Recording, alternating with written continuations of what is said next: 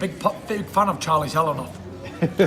He's like 350 and 0 or whatever. Something like that. Yeah. Pound for pound He king. can actually fight.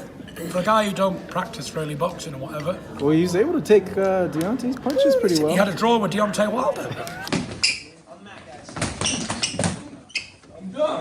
He's done. He give up. Let him go. It's gonna stop now. Huh? Don't you elbow. I'm the best. I'm still the best. Mayweather Senior knocked out. And he beat up Floyd Mayweather Senior. Oh yeah, that's right. He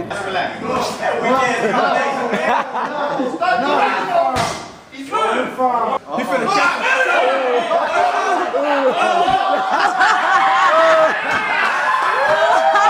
He's challenged me out many times, and I'm not brave enough to challenge him.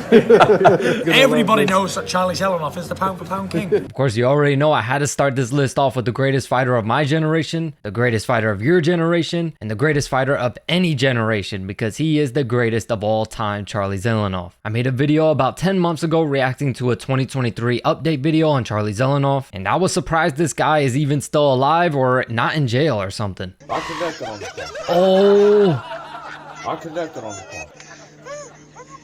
I connected on the phone. no. Yeah, I was Oh losing, but my I still God. didn't give up. I knew and then I finally caught him a few times. Buddy kind of looks like Israel Adesanya after he fought Kelvin Gastelum. Look at those lips. Oh my God. Apparently he has been bouncing from country to country, most likely due to his antics and constantly coming up to people and trying to fight them. And yes, this is still going on today. There's a clip in that video where you can clearly see he got the snot beat out of him, and he's still saying, I stole off on the punk, I beat him, I won, and he looks like someone took a tire iron to his damn face. So of course, naturally, my thought was, what record is he claiming now? Because the last time I saw him, he was claiming like a 300 and something and 0 record. And then I was able to find this video, which was posted about 6 months ago. He's claiming he is 700 and 0. He's claiming that he is now retiring. And he fought 3 guys in one day and he knocked them all out in one punch. However, as of 2 months ago, so after just 4 months, Charlie Zelenoff decides to get back in the ring, the gym, wherever he goes to fight these people, the street, and he holds a new record. My guy, I just up 2 people and I beat him 2 times. I beat the first guy twice and then I beat a kickboxer twice. And I recorded how I smashed the kickboxer. I'm about to post it on this account and on other accounts. All right, so basically some dude's like running, like he's doing sprints and shit. And he can see I'm right there and he purposely runs into me and I clocked the shit out of him with a left hook, knocked his ass out, TKO'd him. Motherfucker does it again. And I hit him with a left hook again. And yeah, that's 2 new wins. And then the kickboxer, you're about to see what I did to him, man. Right hand to the head, stopped him, and then we fought again on video, hit him again in the head. He didn't even dare to fight back, man, because he knew he was no match. 8-22-0, Charlie Zelenoff.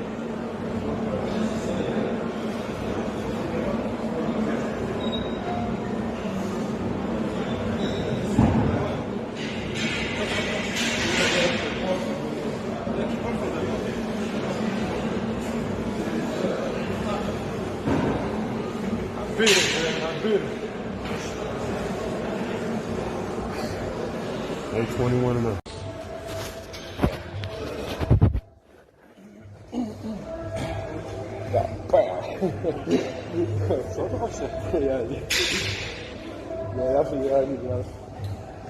Нормально. Я пошутил.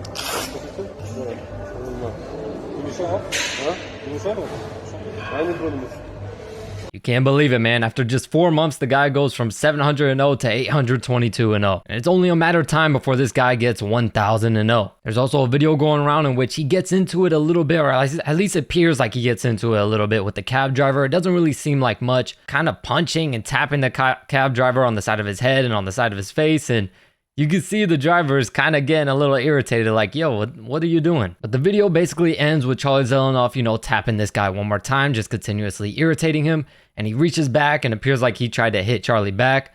And then you just hear them talking back and forth. And that's pretty much it for the video. Watching his videos back in the day, I thought he was just some internet troll trying to gain some clout. And, he was gaining a lot of views off of these videos. So I was like, well, he must be thinking these views are getting a lot of traction, so this is just something he's going to continue to do. But now it seems like it's not really just for the views or for the money anymore. Something is seriously mentally wrong with this guy. I don't know what type of fulfillment he gains from doing these type of things. And 100% his life has been in danger multiple times because he's moving from country to country. This guy has traveled more in the past few years than I have my entire life. And I'm sure it's because he just constantly gets death threats everywhere he goes because he just continues to go outside and just assault people. Steven Seagal is a man of many talents, an actor, a producer, a screenwriter, a musician, and above all else, he is a black belt in Aikido. Aikido is a form of Japanese martial art that allows you to defend yourself properly, say in a street fight or some type of confrontation, without having to go overly excessive and hurt your attacker. It is probably one of the most controversial forms of martial art, as there's many people out there who believe it shouldn't be a martial art at all. There's many videos out there of Steven Seagal showing off his Aikido prowess, and you could tell that his attackers, quote unquote, and the people helping him demonstrate these moves, they're clearly faking it and over exaggerating. You know, you see stuff like this in movies and fake films, and maybe to the untrained eye, they might think like, oh, this stuff might actually work. But in real life, this does not work. You can't move people like this. People don't go flying through the air like this with just a twist of an arm or a twist of a wrist. Steven Seagal was also very known for taking advantage of his acting roles and actually getting physical and hitting other actors when acting out a fight scene. There was even an instance where he sent someone to the hospital. He throws him through that, he breaks the toilet, and he grabs his face, real mirror, and smashes his face to the mirror multiple times. Rear mirror. Sent the guy to the hospital, dude. Believe it or not, he claims to have even taught Anderson Silva leg kicks. And he tried to take claim over one of the greatest knockouts of all time, the front kick to the face knockout from Anderson Silva on Vitor Belfort. Just kind of get him frustrated and then fake low and come high and do that kick that I've been teaching you and kick him in the head or the face. And he did exactly what I said. And of course, Steven Seagal tried to claim that he taught Anderson Silva that move because for some reason, when I was a child, I know how to do a front kick in karate. But Anderson Silva, he did not know how to do a front kick until Steven Seagal taught him how to. He even apparently gave Daniel Cormier some great fight advice. I was supposed to train with Master Seagal tonight, and he said that he's got some stuff he wants to show me that he believes will work against John Jones. So Seagal went as far as to even claim that it was impossible to choke him unconscious just for him to literally get choked out cold, and then later on go to say that it never happened. I heard an unverified story about when Gene LaBelle and Steven Seagal had a that's a true story. Yeah. That's an absolute true story. Gene LaBelle told me that story. Yeah. Gene tells you it like this. He doesn't actually tell you the whole story. What's the story? Well, you know, Steven was trying to say that no one could choke him out. You can't choke him out. He had this move. This move will stop you from choking out. So, you know, I was like, all right, Steven, let's try it. And I get him in a headlock there. I get him in the rear naked. And he takes this hand, the free hand, and then you just karate chops me right in, you know, the old sisters. And there's like, you know, the way Gene LaBelle talks, right. He wouldn't even say his balls. He's like the nicest guy ever. He would say something like, right in the old Johnson. You know, and then and then I guess he got tired after doing that and he just fell asleep. And I guess maybe he forgot to go to the bathroom. So he went to the bathroom then. Oh, that's hilarious.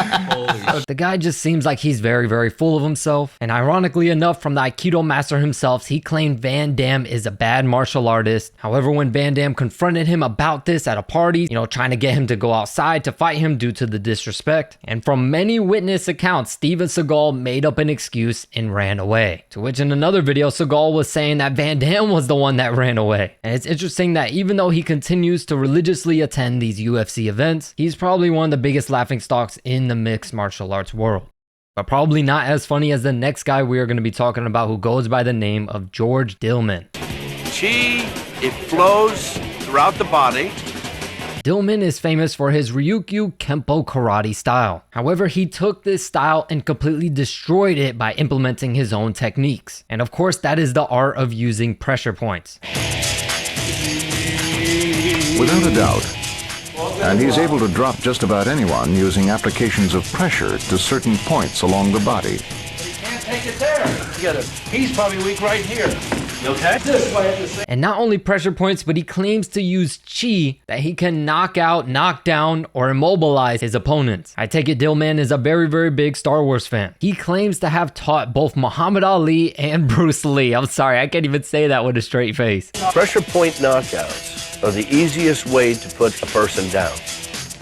I can put the largest person that you can find in the world, and I've done this, with that finger, I can put him on the floor. Why does this feel like some John Wick shit? He killed somebody with a fucking pencil. Except this fucking guy uses his finger. But that's just the beginning.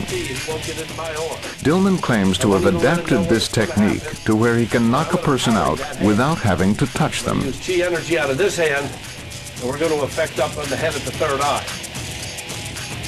So snap, couple. Back, back, back.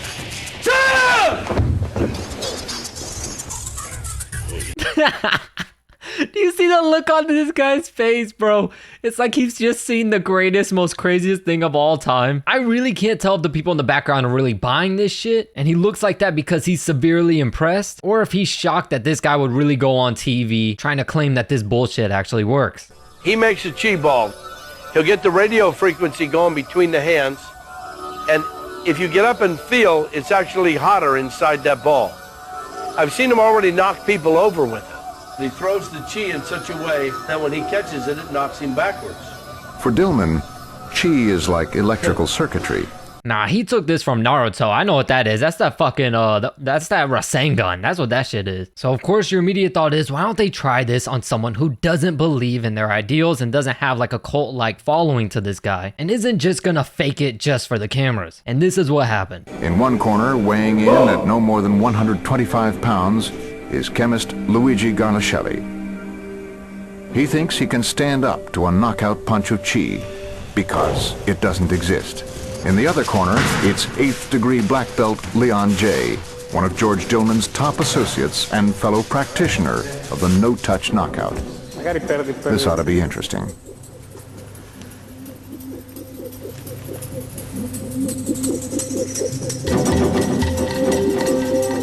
In fact, when we did the test on Luigi, he was not ready to believe these things. Or maybe it was just staying there, seeing what would happen.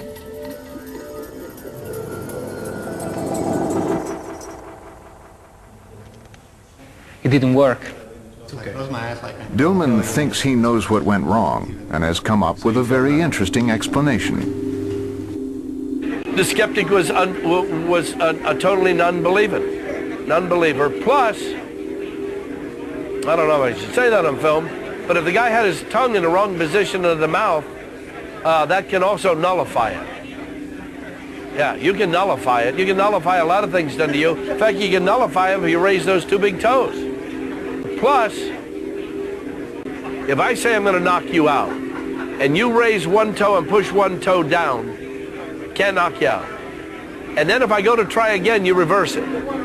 If you keep doing this, I won't knock you out. Damn, that's crazy. So all Francis had to do in his fight against Anthony Joshua was be a non-believer, believe that he couldn't knock him out, and then flip one toe down and one toe up. And then when Anthony Joshua went to hit him with another big shot, you just got to reverse it. That's all you had to do. Come on, Francis. It was that simple all along. And believe it or not, people like this probably still exist today. You just can probably only find them at FurryCon. But all jokes aside, I appreciate y'all so much for clicking on this video. Feel free to let me know your thoughts in the comments down below and let me know who is your favorite fake martial artist. As always, I thank you all so much for the support, and I'll catch you in the next video.